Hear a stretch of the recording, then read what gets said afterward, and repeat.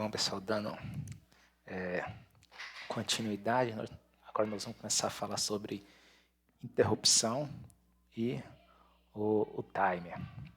Bom, as interrupções nada mais são do que trechos de código ou funções que são executadas que não seguem o fluxo normal da execução do programa. Por exemplo, você habilita a interrupção de uma comunicação serial. Para quando chegar uma mensagem, o programa interrompe a sua execução normal, que no caso seria aqui o loop infinito, e vai naquela função tratar o que foi programado nela, né? Então, basicamente, são funções que são requisitadas pelos periféricos, né? De acordo com o que foi programado.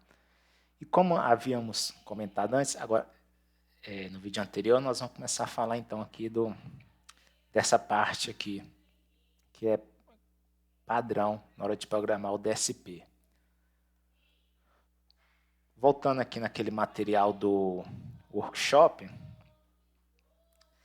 bem, como que se dá a interrupção como é que é o sistema de interrupção no DSP? Ele tem 14 linhas para interrupção, ou seja, dentro da CPU ela tem um registrador no qual ele vai ter 14 bits, que cada bit vai ser responsável por uma linha de interrupção. E esse bit sendo setado, né, interrompe-se a execução da CPU para tratar aquele pedido, né, aquela requisição. Dessas 14, duas linhas são ligadas diretamente no núcleo, né, que são as do timer 1 e timer 2, e as outras 12 linhas, elas fazem parte no bloco no qual ele expande as interrupções, porque se aqui nós temos 14 linhas, duas são ligadas diretamente na CPU, das 14 restam 12. Só que existem vários diversos periféricos. Então, a ideia desse bloco aqui, que é a expansão de interrupção, é o quê? Fazer uma matriz na qual ela vai expandir essas 12 linhas para até 192 possibilidades de interrupções. Na verdade, aqui vai ser uma ligação matricial, né, que vai dividir as 12 linhas em grupos e cada linha vai ter 16 interrupções possíveis. Bom, então, fazendo um paralelo aqui, olha que interessante. A primeira linha aqui é desabilitar todas as interrupções, ou seja, esse D-int aqui, ele corresponde à interrupção global do núcleo, ou seja, isso aqui é a última chave que habilita ou desabilita a interrupção. Ou seja, ele é a última linha, ele é, digamos assim, a última chave de habilitação para configurar a interrupção, para chegar até o núcleo. E quando a gente coloca aqui o disable, ela desabilita para inicializar a configuração do sistema, e depois nós habilitamos ela com essa chamada aqui. Uma vez que a gente desabilitou as interrupções, o que acontece? Nós vamos preencher as linhas com as funções de cada periférico. Mas antes disso, antes dessa chave, cada linha das 14, 12 daquelas linhas também vai ter uma chave individual, que é o registrador IER. Se a gente voltar aqui no código, ele está aqui, ó. Ou seja, aqui é desabilitar a chave global de interrupção, e aqui é o registrador de chave individual da linha das interrupções, né? Lembrando que são 12 linhas. Esse registrador aqui, o IFR, ele é o registrador de flag, ou seja, quando você habilita a interrupção, se esse flag estiver setado em 1, é porque ocorreu alguma interrupção em algum periférico que é ligado nessa primeira linha. E assim sucessivamente, né? Do 1 ao 12. Então, você habilitando ou não a interrupção, esse flag pode ser setado e, se você tiver habilitado a interrupção, a linha, né? Então o núcleo para atender. Então, inicialmente, a gente desabilita todas, limpa todo o flag, e agora o que acontece? Como eu falei que cada linha daquela ela é dividida em 16 colunas, aí tem que ser preenchido em cada coluna a sua respectiva interrupção com o periférico. Em outras palavras, o que quer dizer? Ele vai preencher a matriz de interrupção. Se a gente olhar, avançando aqui um pouco mais na frente, aqui temos então as 12 linhas, né?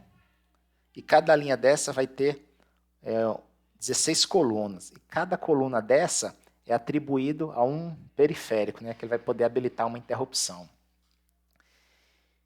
Então, aqui essa tabela que é preenchida. Veja bem, aqui é a linha 1, 2, até a linha 12. Cada linha tem 16 colunas, né? Aqui vai dar 1 até a 8. E aqui dá 9 até 16. E em cada coluna já vai estar designado qual o respectivo periférico que é responsável por aquela interrupção. Por exemplo, na linha 1, na coluna 1, já é para a interrupção do ADC do módulo A. Aqui, na coluna 7, já tem a interrupção do timer 0, que é o que nós vamos usar neste exemplo. E assim, para cada linha, você vai vendo que tem um respectivo periférico, né? E, então, quando a gente inicia essa tabela aqui, chama essa função, é uma função padrão, ele vai preencher, então, aquela matriz. Então, vamos aqui primeiro no preenchimento aqui do vetor. O que ele faz? Na hora que ele chama essa função, cada linha daquela tem o seu respectivo registrador. Aí ele vai zerar todos os registradores, né? Vai desabilitar todas as interrupções, ele basicamente zera tudo. E para cada interrupção que você for configurando, você vai configurando habilitando isso manualmente. Então, aqui é o registrador da linha e essa linha é dividida em 16 colunas. Então, a primeira chamada é o que? Zerar o vetor, zerar todas essas colunas de cada linha. Aqui habilita desabilita a interrupção de cada linha e aqui nós preenchemos a tabela. Se você abrir essa função, o que ele vai chamar? Ele vai preencher aqui toda a tabela de todas as interrupções das respectivas funções. E onde que estão essas funções? Onde que elas se encontram? Aí você abrindo aqui, o que ele vai fazer? Mais acima aqui nesse arquivo PieVector, aqui está o vetor com todos os nomes das funções da interrupção. Ou seja, ele criou uma função para cada coluna dessa e para cada linha. Ele criou o nome de uma função que também é o nome do periférico. Ele associou o nome do periférico com essa posição. Então, se a gente pegar aqui, ó, o timer 1 ISR, que é a interrupção do timer 1, ela vai estar... Deixa eu pegar do timer 0.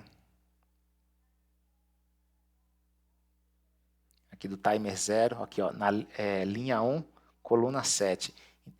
Então aqui tem o nome de todas as funções. E se você clicar segurar o Ctrl e apertar o mouse, ele abre a função dessa interrupção. Ela vai estar nesse arquivo aqui, ó, Default Interrupt Service Routine. Ou seja, é o arquivo que tem as funções padronizadas, né? As funções default para cada interrupção daquela do periférico. Então, aqui é o nome da função. Aí ele vai pegar esse nome da função, passando para esse vetor aqui, que vai preencher esses respectivos registradores. E se você quiser implementar um código em uma função, por exemplo, no timer 0, que é o que nós vamos utilizar agora, você procura ela aqui, coloca seu código. Ou então você pode fazer o seguinte, criar uma outra função, colocar seu código lá e associar aquela função a este nome aqui do timer 0. Aí como que isso é feito?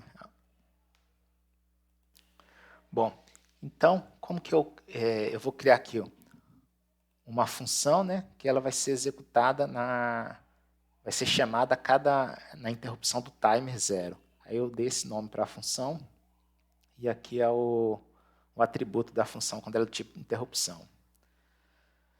Eu declarei e aqui embaixo eu escrevo o código dela. Basicamente ela vai fazer o quê?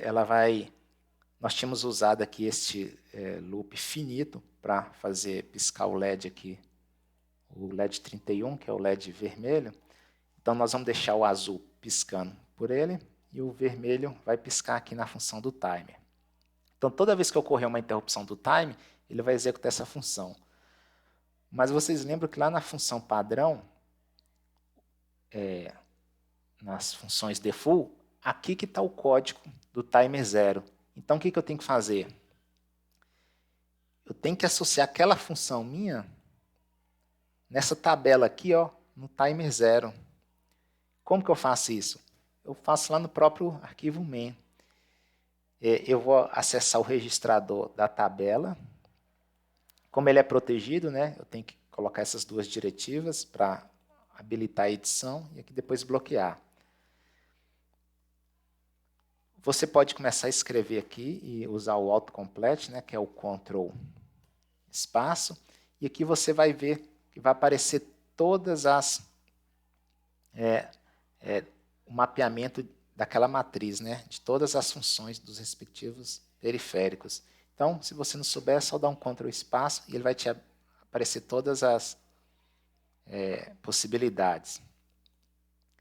Bem, então, como ela é do timer 0, e aqui agora eu passo o endereço, uso o e-comercial, né, que é para pegar o endereço da minha função que vai ser executada quando ocorrer aquela interrupção do timer. Se eu não fizer isso, na hora que eu habilitar a interrupção do timer, ele vai vir aqui para a função padrão, default. Como aqui não tem nada, ele vai ficar no loop infinito. Então, você pensa que seu código travou, alguma coisa desse tipo, mas não é. Foi porque você não configurou uma função para aquela interrupção. Eu gosto de criar uma função para cada interrupção dentro do código main, porque aí eu posso compartilhar variáveis, né? Acho que é melhor do que usar esse arquivo padrão. Bem, eu habilitei, agora é o seguinte. Vocês lembram que aqui nós desabilitamos todas as interrupções para cada linha, né? Daquelas 12 linhas, nós desabilitamos todas elas. E além de desabilitar as 12 linhas de interrupções, dentro dessa função, ela desabilitou todas aquelas 16 colunas de cada linha. Então, o que acontece? Esse registrador desabilitou as interrupções dessas 12 linhas, são esse grupo aqui, e essa função aqui desabilitou essas 16 colunas que estão em cada linha. Então, está todo desabilitado as interrupções. E então, agora eu tenho que habilitar a que eu quero usar. Então, já redirecionei a minha função para a interrupção do timer. Aqui eu vou habilitar a coluna 7 da linha 1, que corresponde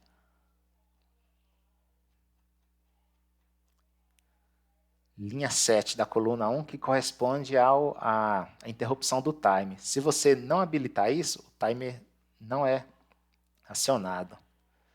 Então, sempre você tem que consultar aqui essa tabela, que ela vai estar no manual, na página 104.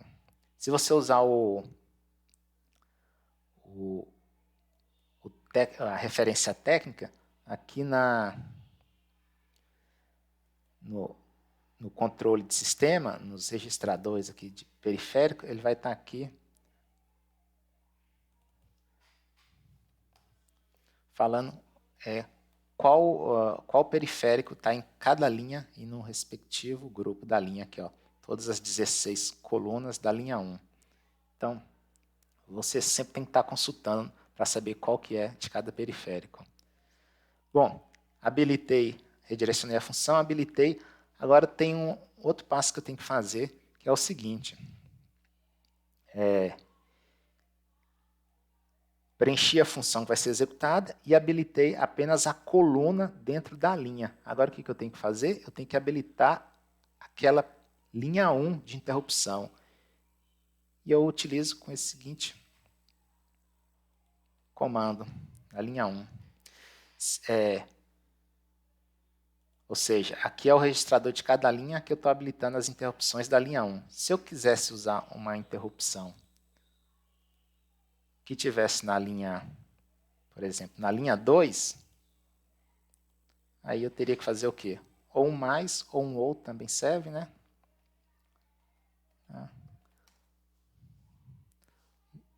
Linha 2. Então, a sequência para habilitar a interrupção é essa no sistema, né? É a coluna dentro da linha e habilitar a linha. E aqui, redirecionar a função que vai ser executada. Então, está aqui pronto a nossa chamada, então, da configuração do timer, da interrupção do timer. Porém, falta a gente agora configurar o timer para funcionar. E para configurar o timer, eu já vou usar as próprias funções disponíveis pela Texas, né? Eu vou copiar aqui. Aqui eu tenho que adicionar também um arquivo do timer, o arquivo source, né, que contém as funções de timer. Aí eu vou lá no Add File e navego dentro daquela biblioteca do Control Suite. Ela vai estar aqui dentro de Common Source CPU Timer. Então, todas essas funções aqui do timer estão dentro desse arquivo aqui. Essa primeira aqui inicializa o timer, né? A segunda, configura o timer. Como eu quero usar o timer 0, o escopo é passar a estrutura do timer que você vai utilizar, a frequência do DSP e o período, né? Ou seja, você quer que aquele timer ele dispara de quanto em quanto tempo. Então, timer 0, 200 MHz, e eu vou colocar aqui 1 segundo. Como aqui ele é passado em microsegundos, então 1 segundo vai dar 1 milhão. Beleza. Então, até aqui eu só configurei o timer. Agora eu tenho que habilitar a interrupção dentro do periférico do timer. Eu vou no registrador do timer e passo esse código. Bem, vocês veem que aqui não tem bit, né? Eu já passei o valor todo de uma vez. Mas se você voltar aqui no manual técnico de referência, aqui nos registradores de timer,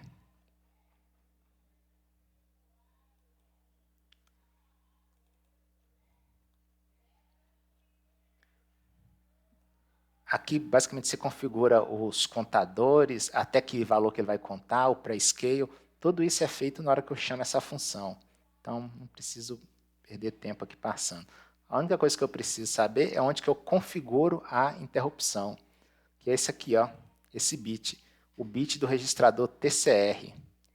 É o bit 14, que é Time Interrupt Enable. Então, se ele não tiver habilitado, o periférico não vai acionar a coluna que aciona a linha para a CPU. Então, é isso que está sendo feito aqui. Só que eu estou passando o valor desse registrador todo de uma vez. Aqui, habilito a interrupção global, que é aquela última chave. Se a gente lembrar aqui. Eu gosto de pegar aqui naquela primeira. que é essa última chave aqui, ó. Então, habilitei a coluna, a linha, e aqui agora habilitar a interrupção global. Então, se você não habilitar a interrupção global, também não vai funcionar. Esse comando aqui, ele também é uma interrupção, só que é para a gente fazer o debugar em tempo real. Igual vocês viram no vídeo passado, eu consigo interagir com a variável, né, enquanto o programa está rodando. Então, por isso que eu tenho que deixar ela habilitada. Bem, o resto do código a gente não altera. E aqui eu só comentei que o LED vermelho, que está no GPIO 31, ele vai piscar através da interrupção do time. Então, toda vez que ocorrer 1000, der 1 segundo, né, ou seja, o time ele vai dando os pulsos de clock, e aqui foi configurado para scale e até o valor da contagem. E na hora que ele estourar aquele valor de contagem, chama a interrupção. E esse tempo vai dar 1 segundo. Dentro aqui da função de interrupção, esse é seu código. Esta última linha é o acknowledge. Para que ela serve? Ocorreu a interrupção, ele para a execução do seu código e vem para cá. Então, depois que ele executar essa função, ele volta de novo para onde parou o seu código. Só que se você não der esse limpar aqui, o que acontece? Essa linha, esse flag aqui vai ficar setado. Ou seja, na hora que deu a interrupção, sinalizou o flag, que tem uma interrupção nessa linha 1, por exemplo, então disparou a interrupção, aí executou. Só que depois você tem que resetar ela manualmente, ele não limpa automaticamente a interrupção da linha. Por isso que você tem que, no final de cada interrupção, você tem que dar esse comando que ele limpa a interrupção naquela linha, porque senão ela vai ficar com o flag setado. E aí, na hora que disparar a interrupção de novo, aí vai dar problema, seu código não vai ficar totalmente executar como deveria. Então, aqui nós vamos compilar. E, não havendo erro, agora dá um debug.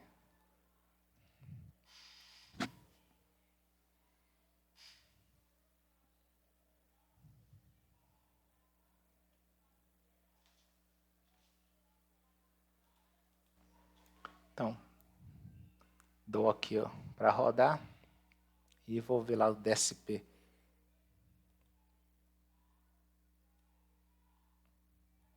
Então, como vocês podem ver aqui, o LED vermelho piscando. Vocês verem que os dois LEDs, o vermelho, apesar que não está dando para definir qual é qual, mas o primeiro é o de baixo, que é o azul, e o do meio é o vermelho. Mas vejam bem que eles não piscam sincronizado, né? Não há um sincronismo entre eles. Porque o vermelho está piscando a cada 1 microsegundo, né? Ou a cada 1 segundo, que é o que o time dispara, e outro está baseado naquele loop finito. Então, se precisar fazer uma rotina sincronizada, então, basicamente, os passos são esses, né? Então, vimos agora como configurar a interrupção e o timer. E na próxima a gente fala do outro periférico, que é o PWM.